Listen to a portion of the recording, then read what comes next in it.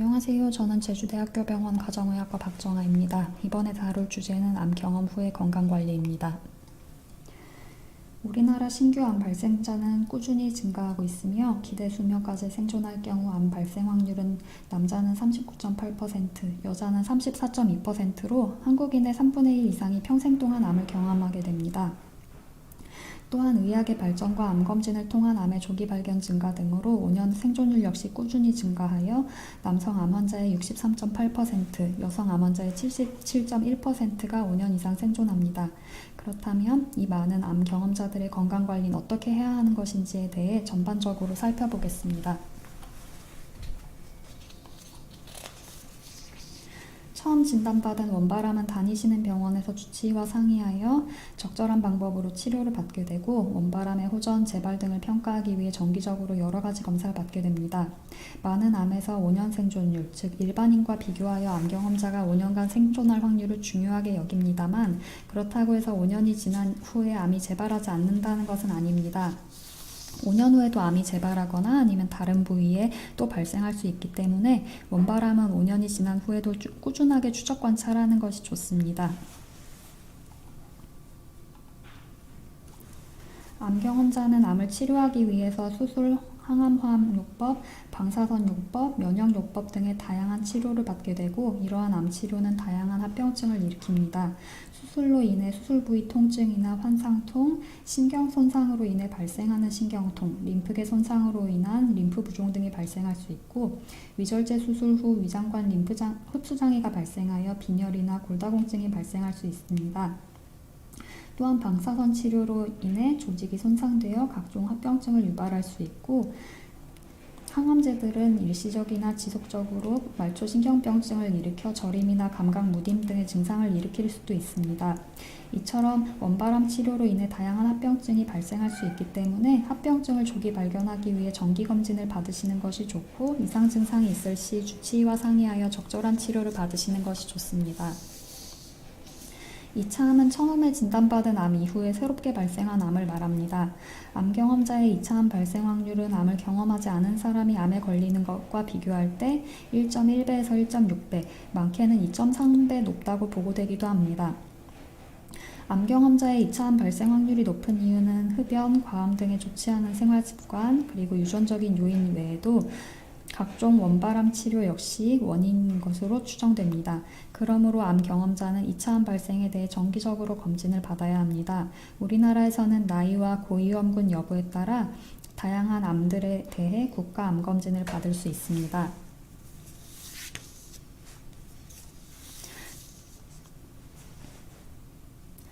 적지 않은 암 경험자들이 국가 일반검진을 잘 받지 않습니다. 하지만 암 경험자도 일반 건강검진을 받는 것이 좋습니다. 암 경험자는 암을 경험하지 않는 자들에 비해서 고혈압, 당뇨병, 고지혈증, 골다공증 위험률이 더 높습니다.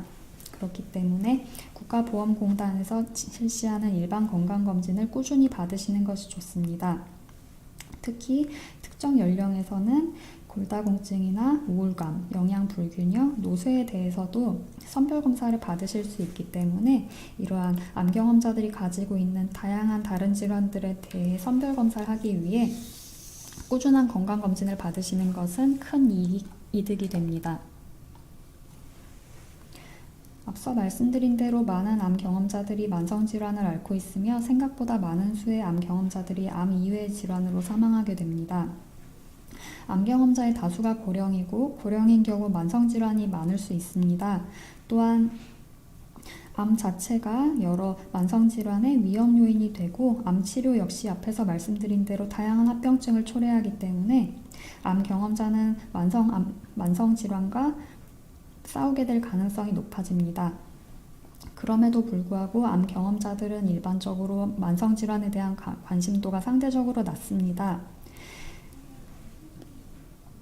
이러한 것들을 토대로 볼 때 암 경험자는 만성질환에 대해서도 꾸준히 관심을 가지고 꾸준히 관리를 해야 합니다. 만성질환에 대한 관리는 암을 경험하지 않은 사람들과 크게 다르지 않기 때문에 만성질환에 대한 관리는 집 근처 자주 갈 수 있는 병원에서 치료를 받으셔도 큰 문제 없겠습니다.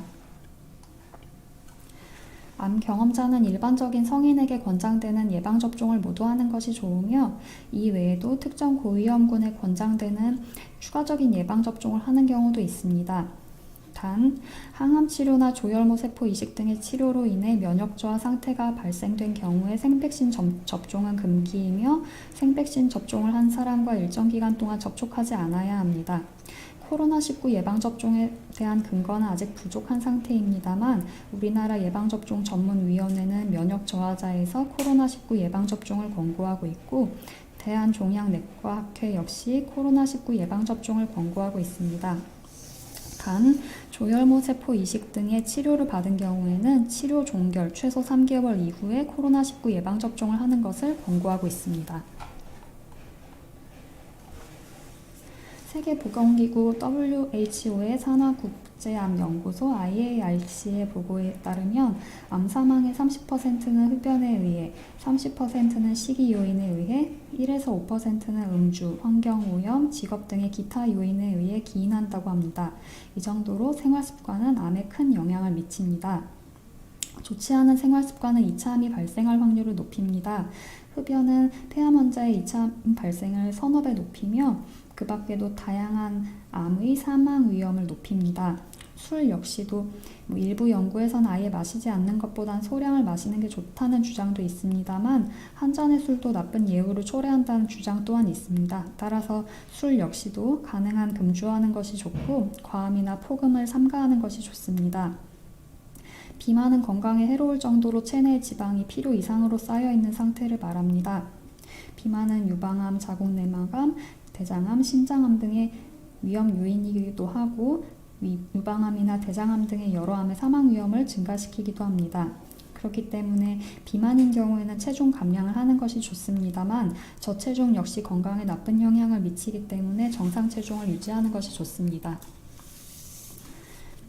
암 경험자가 체중 감량을 할 때에는 일반인과 크게 다른 기준은 없습니다. 일반인과 마찬가지로 칼로리를 하루 500에서 1000kcal 정도 줄이는 저열량 식사를 하는 것이 권장되며 열량을 줄이더라도 영양소의 균형이 깨지지 않도록 다양한 음식을 섭취하는 것이 권장됩니다. 특히 규칙적으로 3끼니 천천히 식사하는 것 역시도 체중 감량에 도움이 되므로 이 역시도 권장됩니다. 암에 특별히 좋은 음식이나 특별히 좋은 영양소는 없습니다. 그렇기 때문에 암 경험자의 식생활 관리에서 편식은 권장되지 않습니다. 오히려 암에 나쁘다고 하는 음식을 먹지 않고 암에 좋다는 음식만을 먹는 경우 영양 불균형이 초래되어 건강을 해치게 될 수 있으므로 주의하시는 것이 좋습니다. 스트레스와 우울은 암 경험자에게 흔히 관찰되는 증상입니다. 이를 관리하기 위해서 자신의 감정 상태를 주변의 의료진과 그리고 자신의 지지자들에게 솔직히 이야기하는 것이 도움이 됩니다. 하지만 스스로 이겨내시기 힘들다면 병원 진료를 받으시는 것이 권장됩니다. 신체 활동은 현재의 체력이나 전신 상태에 따라 그 권장되는 바가 다릅니다. 만약 전신 상태가 양호하다면 일반인과 같은 신체 활동을 하는 것이 권장됩니다. 암 생존자란 암 진단 후 수술, 항암 치료, 방사선 치료를 완료한 환자를 말합니다.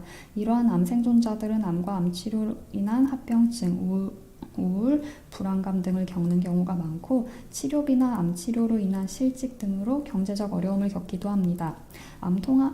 암 생존자 통합지지센터는 이러한 암 생존자가 경험하는 여러 가지 문제를 평가하고 이에 도움이 되는 신체적, 정신적, 사회적, 경제적 교육이나 관리, 정보 제공을 하여 암 생존자와 가족의 삶의 질을 높이는 역할을 하고 있습니다. 제주지역 암센터인 제주대학교 병원에도 암 생존자 통합지지센터가 있으니 도움이 필요하시면 언제든지 오셔서 상담을 받으시기 바랍니다. 네, 감사합니다.